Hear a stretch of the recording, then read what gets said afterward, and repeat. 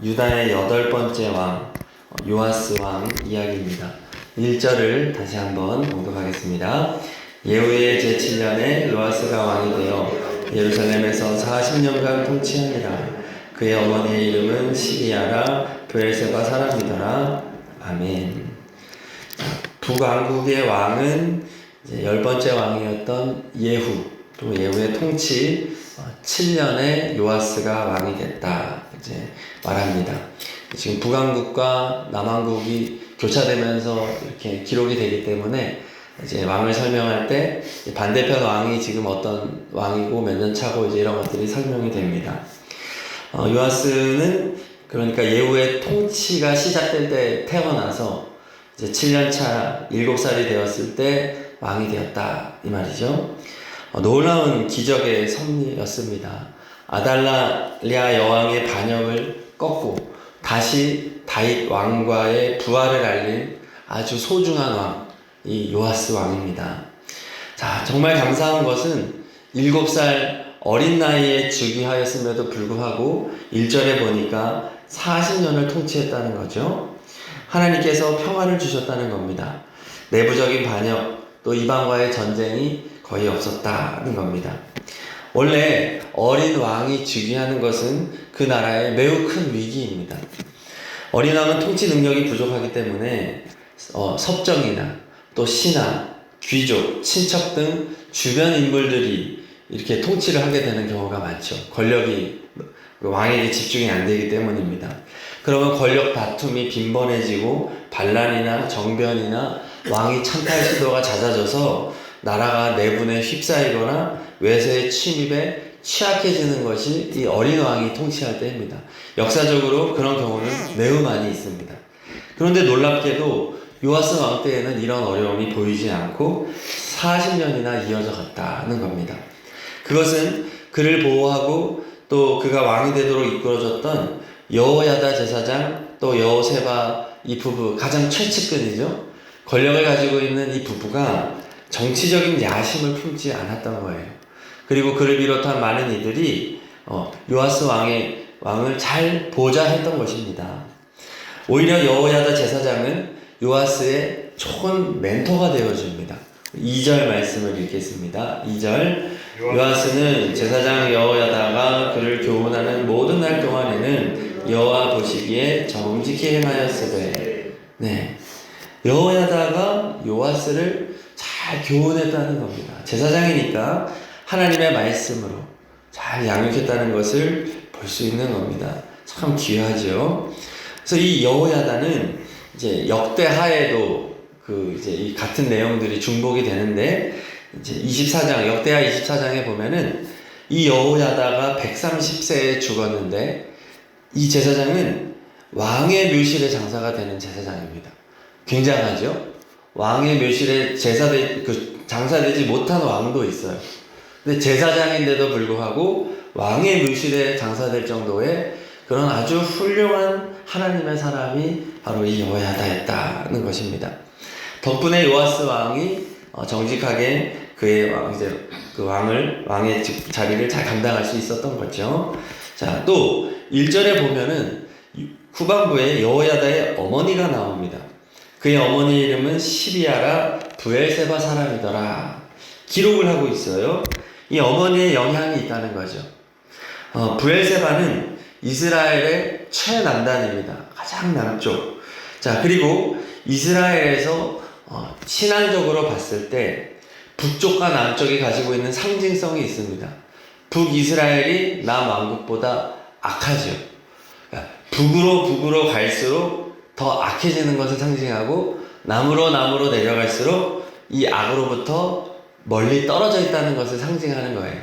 그러므로 브엘세바 출신이었다고 하는 것은 우상의 영향을 가장 적게 받은 지역 출신이다라는 것을 의미하죠. 그러니까 그의 어머니는 순수한 신앙, 우상의 영향을 덜 받은 선한 그런 하나님의 사람이었다라고 하는 그런 의미를 가지고 있는 겁니다.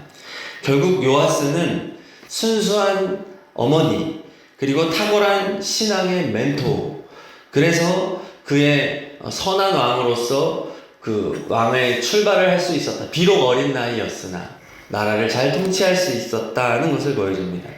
6절 이하에 보면은 요아스 왕이 회파된 성전을 수리하는 이야기가 쫙 묘사가 되고 있어요. 제사장들이 20년이 지나도록 성전 보수를 하지 않자 헌금함을 만들어 성전 입구에 두고 백성들이 가져온 헌금을 투명하게 관리함으로써 성전 수리를 하게 되는 아주 신앙적인 이야기가 기록이 되고 있어요. 자, 결국 오늘 말씀은 이 자녀를 양육하는 신앙적인 배경이 얼마나 중요한지를 보여주고 있습니다. 이 이세벨과 또 아달랴, 이 여자들 때문에 북왕국과 남왕국이 얼마나 고통스러운 시간들을 보냈습니까? 이 한 사람 때문에 참 왕들이 약해지고 나라는 너무 고통을 당하고 온갖 우상이 들어왔잖아요. 그 왕가는 하나님이 다 멸절을 시킵니다. 그러나 이제 하나님께서 경건한 또 어머니, 좋은 멘토를 통해서 이 왕을 세워가는 그런 이야기를 우리에게 보여주고 있는 거죠. 자, 그런데 참 오늘 이렇게 이야기가 끝나면 좋겠는데 후반부에 가면서 너무나 안타까운 내용으로 마무리가 됩니다. 자, 12장 3절 읽겠습니다. 3절 다만 산당들을 제거하지 아니하였으므로 백성이 여전히 산당에서 제사하며 분향하였더라. 불신앙의 씨앗을 말해주고 있습니다. 산당은 원래 우상을 숭배하던 곳이 산당입니다. 그러나 이제 이스라엘이 이곳을 가나안 땅을 점령하면서 이제 아직 성전이 세워지지 않았기 때문에 임시 처소로, 임시 제사 드리는 장소로 이 산당을 사용을 했어요. 그러나 이제 성전이 세워진 후에는 산당들이 다 철거되어야 했습니다. 그렇지만 백성들은 여전히 산당을 남겨두고 자기를 위한 예배를 드리게 된 거예요. 편의주의, 그리고 이기주의, 자기의 탐심이 이제 이 산당에 들어가면서 점점점 이 탐심이 우상 숭배의 자리로 다시 되돌아가게 된 겁니다. 불신앙의 온상이 되어버린 곳, 이 산당이에요. 작은 곳이지만 이 작은 불신앙을 이렇게 허락했을 때 그것이 나중에 얼마나 걷잡을 수 없이 불신앙의 자리가 되는지를 나타내는 것이 이 산당이 되는 겁니다. 자, 역대하에서는 요아스의 불신앙을 더 적나라하게 고발을 합니다. 한번 찾아보겠습니다. 역대하 24장입니다. 역대하 24장 17절.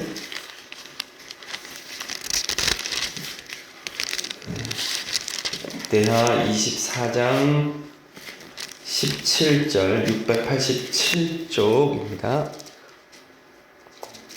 24장 17절 18절 있습니다. 여호야다가 죽은 후에 유다 방백들이 와서 왕에게 절하매 왕이 그들의 말을 듣고 그의 조상들의 하나님 여호와의 전을 버리고 아세라 목상과 우상을 섬겼으므로 그 죄로 말미암아 진노가 유다와 예루살렘에 임하니라. 아멘. 산당을 제거하지 않았던 요아스는 여호야다 제사장이 죽게 되자 유다 지도자들의 꾀임에 넘어가서 아세라와 그 목상 우상을 섬겼다 이것입니다. 요아스의 신앙이 어떤 신앙이었냐면 의존적인 신앙이었다는 거예요. 엄마가 잡아주고 스승이 잡아줄 때는 신앙을 지켰지만 그들이 옆에서 붙잡아주지 못하니까 곁에 있는 자들, 불신앙임에도 불구하고 또 의존하는 신앙을 갖게 된 거예요. 홀로 일어나서 자립적으로 신앙을 지켜가는 단계에는 이르지 못했던 것입니다. 너무나 아쉽죠. 성전을 그렇게 보수하고 나름대로 잘 평화의 시대를 이어오던 왕이 어찌 일이 되었는가? 도달해야 될 단계에 아직 이르지 못한 채로 성장해 버렸다는 겁니다. 자, 여기서 우리는 신앙의 목표를 어디까지 세워야 되는지를 확인할 수 있는 겁니다. 우리의 자녀들, 다음 세대가 어디까지 이르러야 되는가? 우리가 잡아주고 부모가 옆에서 눈치 주고 또 압박하고 자 끌고 가고 그 단계에서 절대 우리는 만족하면 안 된다는 거죠. 자발적인 신앙, 하나님을 스스로 굳게 붙잡는 신앙, 어떠한 어려움이 와도 하나님을 놓지 않는 신앙까지 나아갈 수 있도록 목표해야 된다는 겁니다. 아마도 요아스 왕은 어머니와 여호야다 제사장이 또 주변의 사람들이 너무 친절하게 도와준 게 아닌가. 자, 그래서 자녀 양육에서 중요한 게 뭐예요? 어느 정도의 방치, 어느 정도의 무관심이 필요하다는 거예요. 너무 친절하게 다 해주면 홀로 서기를 못한다는 겁니다. 그래서 스스로 설 수 있도록 이 단계를 못 해준 거 아닌가. 그러니까 너무 좋은 분이었는데, 여호야다도 참 좋은 제사장이었는데 이 부분에서 뭔가 아쉬움이 있지 않았을까? 너무 온실 속의 화초처럼 이 요아스 왕을 너무 어렸을 때부터 지극히, 왜냐하면 다윗 왕과의 부활을 상징하는 이 왕이었기 때문에 아기 때로부터 시작해서 극진히 돌보면서 아주 그의 어떤 호의, 그의 건강, 또 그의 이런 것에 대해서 너무 지나치게 간섭하고 또 옆에서 하다 보니 이 연약하게 끝까지 간 것은 아닌가, 그런 아쉬움이 생기는 겁니다. 그러니까 스스로 고난이라고 하는 것을 통과할 만한 역량을 갖추지 못한 것이 아닌가, 이런 생각을 해보는 겁니다. 자, 그러므로 우리는 우리의 자녀, 우리의 다음 세대가 하나님에 대한 확고한 믿음을 갖기를 기도해야 하겠습니다. 그리고 고난을 잘 통과하면서 어떠한 어려움이 와도 신앙을 붙잡고 하나님을 떠나지 않는 우리의 다음 세대가 되기를 간절히 기도하고 또 그렇게 양육해야 하겠습니다. 그래서 방금 전에도 나누었지만 너무 친절하게 다 해주면 안 된다는 거예요. 네. 자녀를 대신해서 예배 드릴 수 있겠습니까? 자녀를 대신해서 성경을 읽어줄 수 있겠습니까? 자녀를 대신해서 기도할 수 없고 자녀를 대신해서 예수님을 만날 수 없다는 것을 우리는 꼭 기억해야 되는 거죠. 그런데 놀랍게도 우리 대한민국의 부모들이 다 이랬어요. 다 해줬어요. 자녀를 위한 특별 새벽 기도회가 이렇게 많은 나라가 전 세계적으로 없습니다. 그리고 수학능력 시험을 앞두고 100일 기도도 하고 한 달 기도도 하면 그 새벽 기도회는 그 어느 때보다도 꽉 차고, 물론 그런 부모가 있는 이제 교회겠죠. 그러면 얼마나 열과성을 다해서 기도하고 수학능력 시험 보는 그날에는 교회에서 다 올스톱이에요. 아침부터 목사님들이 막 순번을 바꿔가면서, 자, 언어 영역을 위해서 우리 아이가 지금 풀고 있는데 주님 집중력을 막 붙잡아 주시고 통찰력을 주시고 이해력을 주시고 문장의 단어를 놓치지 않게 하시고 막 과목마다 그 과목에 적절한 기도를 막 교회에서 다 하는데, 문제는 뭐냐면 부모만 기도하고 목사님만 기도했다는 거죠. 자녀는 뭐예요? 야, 밤에 한 1시, 2시까지 공부하고 새벽 기도에는 자는 거죠. 부모가 다 해주는 거예요. 이것이 우리나라의 현실을 만든 것이 아닌가. 사실은 그게 그렇게 다 진단하고 있습니다. 부모가 대신할 수 있는 것이 있고 대신할 수 없는 것이 있다는 거예요. 자녀가 정말로 믿음의 사람으로 크기를 원한다면 데리고 와야 된다는 거죠. 옆에 앉혀야 된다는 거죠. 같이 기도해야 하고 같이 고난을 통과해야 하고, 공부를 해야 된다고 하는 자녀에게 야, 지금 그거보다 더 중요한 게 하나님을 예배하는 거지. 너 그거 그만큼 안 해도 돼. 책 덮어. 가서 예배 드리고 와서 딱 1시간 하나님 앞에 진심으로 예배 드리고 와서 공부해. 이렇게 말할 수 있어야 된다는 거죠. 신앙교육을 우리가 어떻게 해왔는가. 또 이것이 자녀뿐만 아니라 나 자신에게도 그렇겠죠. 나는 어떤 신앙을 가지고 있는가? 앞에서 설명해주고 다 끌어주고 다 해줘야만이 갈 수 있는 그런 연약한 신앙이 아닌가? 우리를 돌아보게 해주는 말씀일 겁니다. 자, 요아스가 얼마나 악행을 했는지 우리 역대하 방금 읽었던데, 역대하 24장 20절 21절, 역대하 24장 20절 21절 봉독하겠습니다. 시작. 이에 하나님의 영이 제사장 여호야다의 아들 스가랴를 감동시키심에 그가 백성 앞에 높이 서서 그들에게 이르되 하나님이 이같이 말씀하시기를 너희가 어찌하여 여호와의 명령을 거역하여 스스로 형통하지 못하게 하느냐 하셨나니 너희가 여호와를 버렸으므로 여호와께서도 너희를 버렸느니라 하나 무리가 함께 꾀하고 왕의 명령을 따라 그를 여호와의 전뜰 안에서 돌로 쳐 죽였더라. 아멘. 여기 스가랴는 스가랴서의 스가랴와는 다른 스가랴입니다. 요아스의 멘토였던 여호야다 제사장의 아들 스가랴예요. 자신의 스승에게 받은 은혜가 얼마나 큽니까? 그런데 이 멘토의 아들을 성령 충만하여 예언하는 그 멘토의 아들을 죽이는 그런 아주 심각한 범죄자가 되어버립니다. 결국 요아스는 비참하게 생을 마감하지요. 오늘 열왕기하 12장 20절 읽겠습니다. 오늘 본문 12장 20절 요아스의 신복들이 일어나 반역하여 실라로 내려가는 길가에 밀로 궁에서 그를 죽였고 아멘. 자, 비참하게 생을 마감하게 됩니다. 처음은 너무 좋았습니다.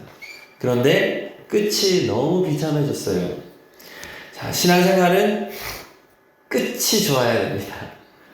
당연히 처음이 좋아야 되겠지만 우리가 처음은 우리가 보장할 수가 없잖아요. 불신앙의 가정에서 자랄 수도 있고 또 처음은 보장할 수 없습니다.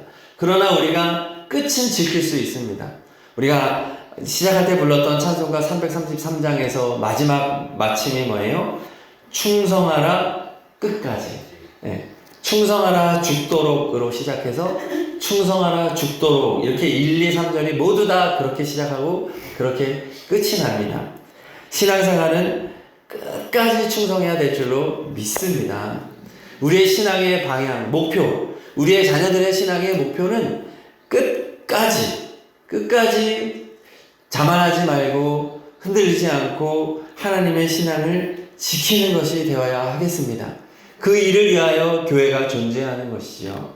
지금도 이제 다음 주에 여름 사역이 몰려 있어요. 본의 아니게. 자, 다음 주에 여름 사역이 다 몰려 있는데 우리 어린아이들 또 청년에 이르기까지 이 수련에 참석해서 정말 우리 하나님을 인격적으로 정말 붙잡기를 예수님을 만나고 어떠한 고난이 와도 나는 이 신앙을 놓지 않겠다. 이런 결단이 있는 여름 사역이 되도록 기도해 주시기를 바랍니다. 특별히 우리 지역아동센터 아이들은 부모가 이끌어주지 못하기 때문에 이 아이들은 너무 위태위태해요. 정말 잘 나오다가도 한 번만 이게 조금만 어긋나면 2주 3주 빠지기 시작하면 그냥 1년 2년 이 신앙을 놓쳐버리는 거예요. 너무 안타까워요. 눈이 초롱초롱하게 예배드리고 막 그렇게 반응하던 아이들이 부모가 이끌어주지를 못하니까 이게 또 친구들이 한 번 빠지고 사춘기 오고 하면 이게 너무 힘든 거예요. 그래서 이번 여름 수련회 때 이 아이들의 결단이 이어지기를 위해서 기도해 주시기를 바랍니다. 그래서 자만하지 않고 교만하지 않고 믿음 생활에 정진하는 우리들이 되도록 또 그런 교육을 세워가는 우리 효자교회 또 이 땅의 교회들이 되기를 위해서 기도해 주시기를 바랍니다. 오늘은 특별히 자녀들과 다음 세대, 여름 사역을 위해서 기도해 주시기 바랍니다.